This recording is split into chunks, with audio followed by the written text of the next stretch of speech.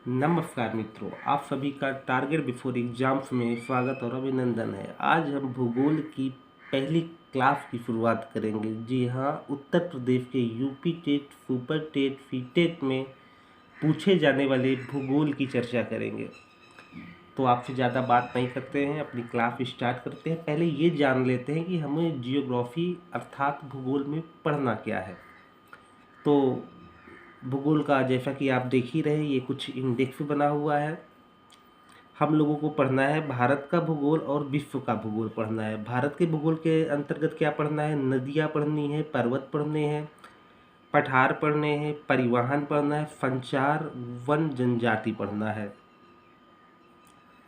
और विश्व का भूगोल के अंतर्गत क्या पढ़ना है? महाद्वीप, महासागर, पृथ्वी की आंतरिक संरचना, ज्वालामुखी, भूकंप, बाढ़, सूखा, अक्षांश देशांतर, ब्रह्मांड।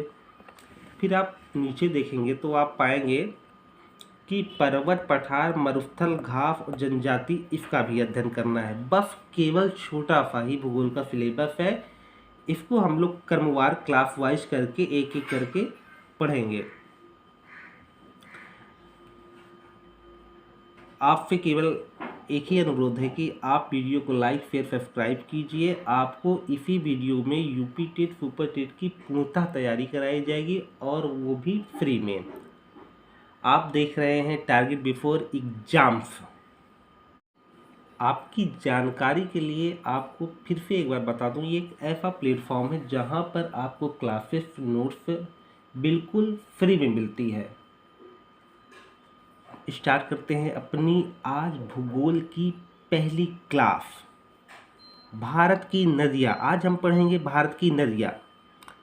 देखें, इसमें हमने जो ये हमारी नोट्स है, इसमें हमने पूरा डीप चीज़ें नहीं लिखी है, ना बहुत बेसिक चीज़ें लिखी हुई है। ये इसमें केवल आपके नोट्स में वही चीज़ें हैं जो आपको सुपर टेट, यूपी टेट परीक्षा में देखने को मिलेंगी और आपको बहुत अच्छे तरीके से समझ में आएंगी।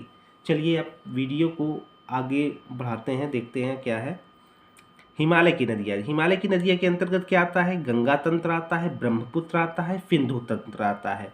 अगर आपसे पूछा जाए कि हिमालय की नदियाँ के अंतर्गत कौन कौन सा आता है, तो आप बताएंगे गंगा तंत्र, ब्रह्मपुत्र और क्या आता है? सिंधु तंत्र आता है। आपसे पूछा जाएगा प्रायद्वीपीय नदियाँ।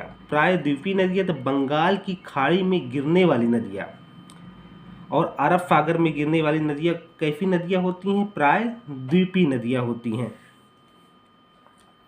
कैसे? प्रायद्वीपीय नदियाँ कौन सी होती है भैया? जो बंगाल की खाड़ी में गिरने वाली नदियाँ होती हैं, जो अरब सागर में गिरने वाली नदियाँ होती हैं, वो प्रायद्वीपीय नदियाँ होती हैं। हिमालय की नदियाँ, ये युवा अवस्था वाली नदियाँ हैं, इनमें सदैव पानी भरा रहता है। आपसे पूछा जाता है कि युवा अवस्था वाली नदियाँ कौन सी हैं, तो आप बताएंगे कि हिमालय की नदियाँ हैं। अब बात करते हैं, जैसे अभी बताया ना कि हिमालय की नदियाँ में गंगा तंत्र, ब्रह्मपुत्र, सिंधु तंत्र। अब इंडिविजुअल बात करते हैं कि गंगा तंत्र है क्या, गंगा तंत्र में क्या पढ़ना है। आप देखेंगे गंगा नदी तंत्र। गंगा नदी हिमालय तंत्र की नदी है। गंगा नदी क्या है? हिमालय तंत्र की नदी है।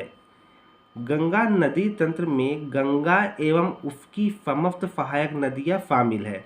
गंगा नदी जो तंत्र है, तंत्र मीन्स जाल, तंत्र मीन्स जाल। गंगा नदी तंत्र में गंगा एवं उसकी समस्त सहायक नदियाँ शामिल हैं। गंगा नदी प्रवाह की दृष्टि से भारत की सबसे लंबी नदी है। अगर आपसे पूछा जाए कि प्रवाह की दृष्टि से भारत की सबसे लंबी नदी कौन है, तो आप क्या बताएंगे भैया? गंगा नदी है।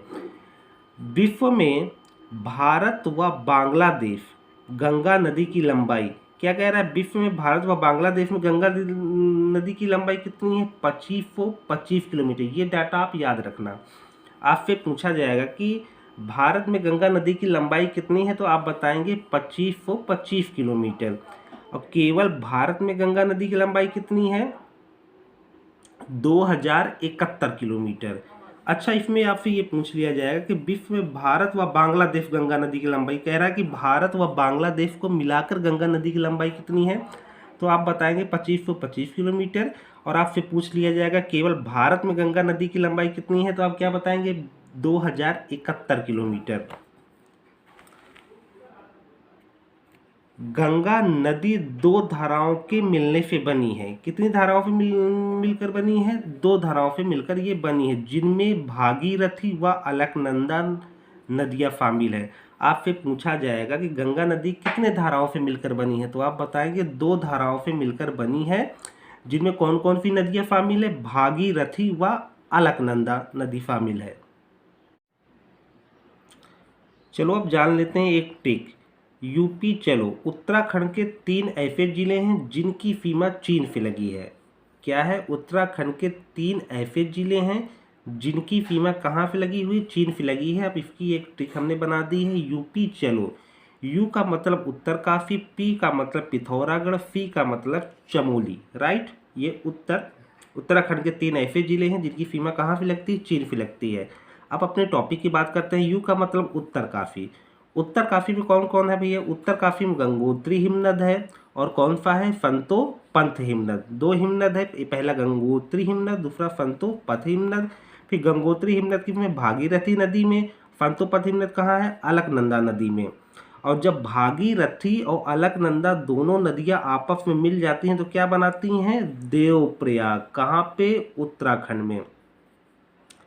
उत्तरकाशी में क्या? गंगोत्री हिमनद, और कौन सा है? संतोपंथ हिमनद। और गंगोत्री हिमनद कहाँ? भागीरथी नदी पर। और संतोपंथ हिमनद कहाँ है? अलकनंदा नदी पर। ये भागीरथी अलकनंदा कहाँ पे? उत्तराखंड में जहाँ पे मिलती हैं उसे क्या कहते हैं? उत्तराखंड कहते हैं। और दोनों मिलन को क्या कहते हैं? देवप्रयाग। जैसे आप अपने यहाँ संगम में क्या है? गंगा जमुना सरस्वती तीनों नदियों के मेल को क्या बोलते हैं? संगम बोलते हैं। उसी प्रकार भागीरथी और अलकनंदा नदी के कहाँ जो जहाँ पे मेल होता है वहाँ को क्या बोलते हैं? देव प्रयाग बोलते हैं, देवभूमि बोलते हैं ना उत्तराखंड को।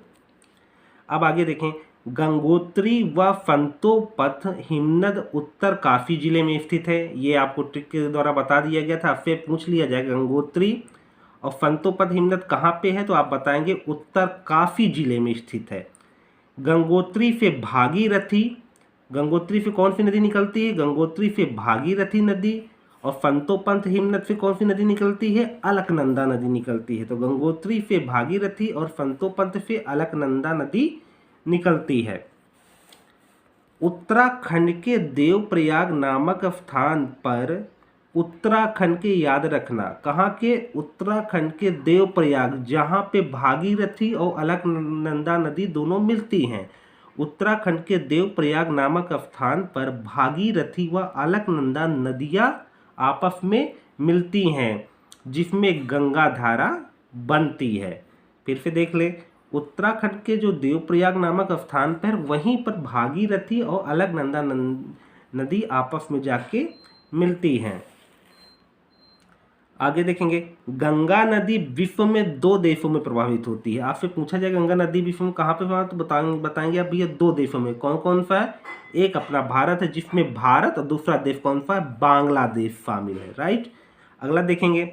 भारत में गंगा नदी को भागीरथी, फुरफरी, देव नदी, जानवी, बांग्लादेश में पद्मा के नाम से जाना जाता है। भारत में गंगा नदी के कितने नाम हैं? बहुत से नाम होंगे, लेकिन कुछ महत्वपूर्ण नाम है। भारत में गंगा नदी को क्या बोलते हैं? भागीरथी भी बोलते हैं, फुरफरी भी बोलते हैं, देव नदी भी बोलते हैं, जानवी भी बोलते हैं। और बांग्लादेश में गंगा नदी को किस नाम से जाना जाता है? पद्मा। बहुत इंपॉर्टेंट क्वेश्चन है, हमेशा यूपी टेट और सीटेट में पूछ लिया जाता है। अब आगे थोड़ा सा देखेंगे।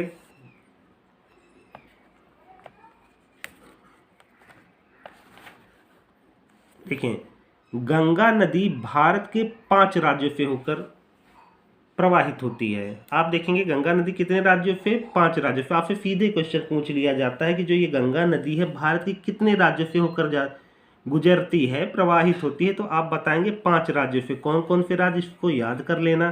पहला तो आपका उत्तराखंड। उत्तराखंड तो आपको याद हो गया होगा, इसलिए याद हो गया होगा उत्तराखंड, क्योंकि अभी आपने पढ़ा हुआ था ना, देवप्रयाग पढ़ा था आपने, पढ़ा था देवप्रयाग के बारे में। भागीरथी अलकनंदा नदी मिलके कहाँ? उत्तराखंड में।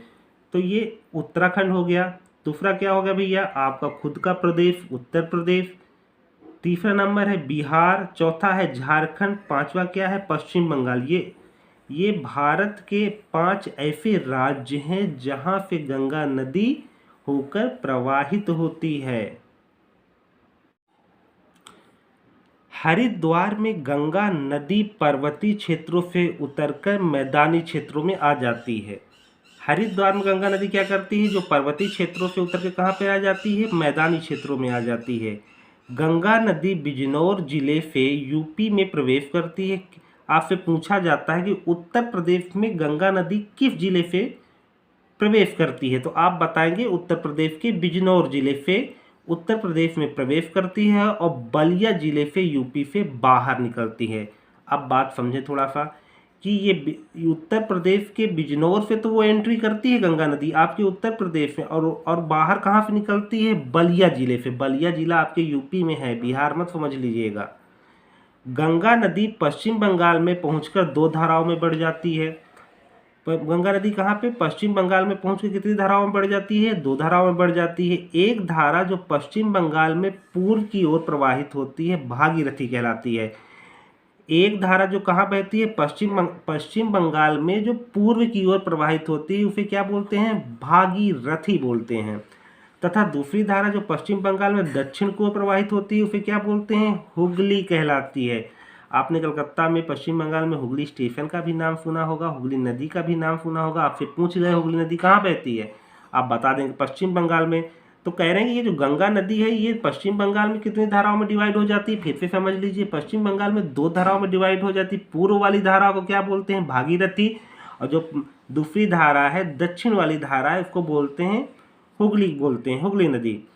फिर आगे देखिएगा, दामोदर नदी हुगली की प्रमुख सहायक नदी है। अब ये जो दो धाराओं में बह गई, जो पश्चिम बंगाल में दक्षिण वाली धारा है उसको कहते हैं हुगली, और दामोदर नदी किसकी है, हुगली की प्रमुख सहायक नदी है। हुगली नदी की ये प्रमुख सहायक नदी कौन सी नदी है, दामोदर नदी है, जो कहाँ पे, झारखंड में विस्तृत छोटा नागपुर पठार से निकलती है।